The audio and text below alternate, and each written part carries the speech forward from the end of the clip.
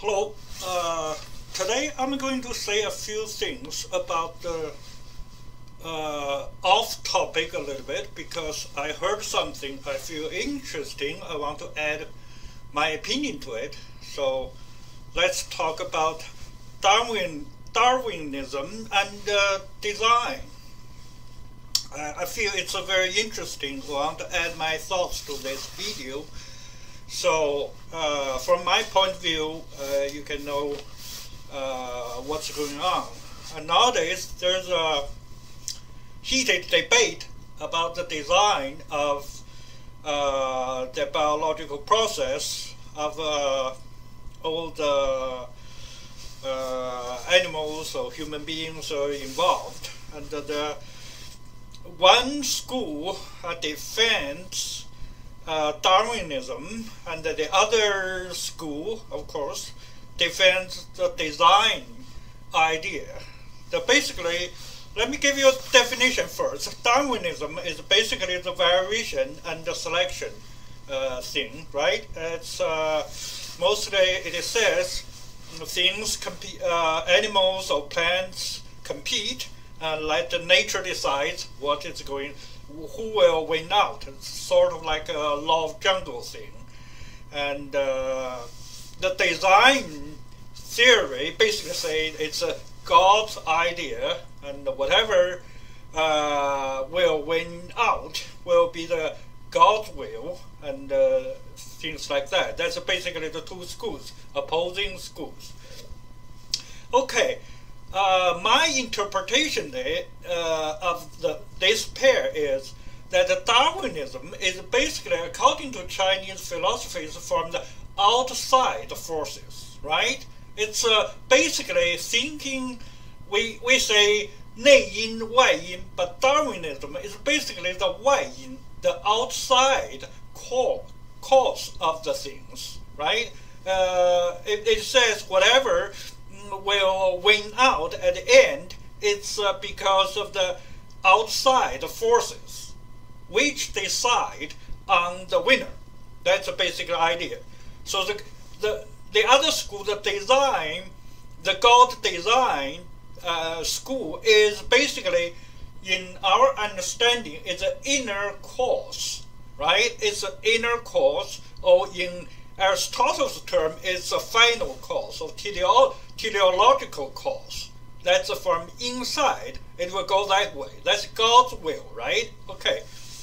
For example, we know if we have a corn, a seeds of a plant, we put it into soil and it will grow in spring, and we expect it to give the fruits and go into bake.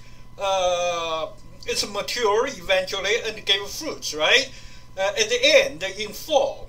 But only if the weather, the water, the temperatures are okay, it will go that way, right? Otherwise, it can be destroyed in the middle of it, or it won't give anything at the end, right? It's a fact. So you cannot say just one side, because of the inner thing. We know the seed has genes in it. It will grow according to its code, genetic code, right?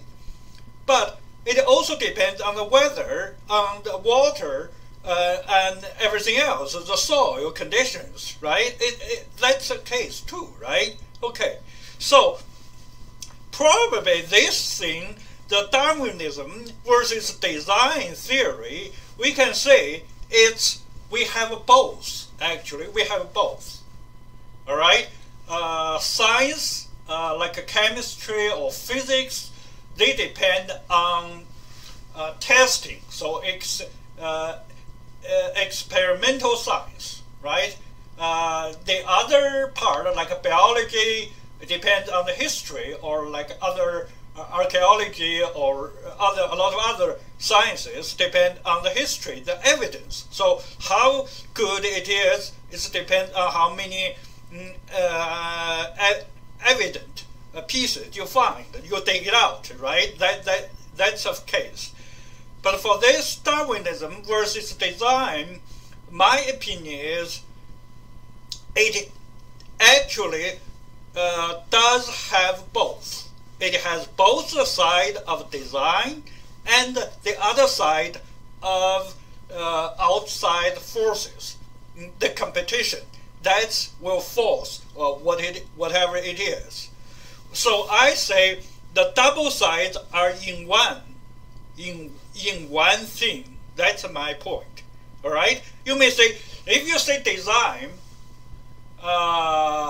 that you need to explain, because the outside forces, the competition is easy to explain.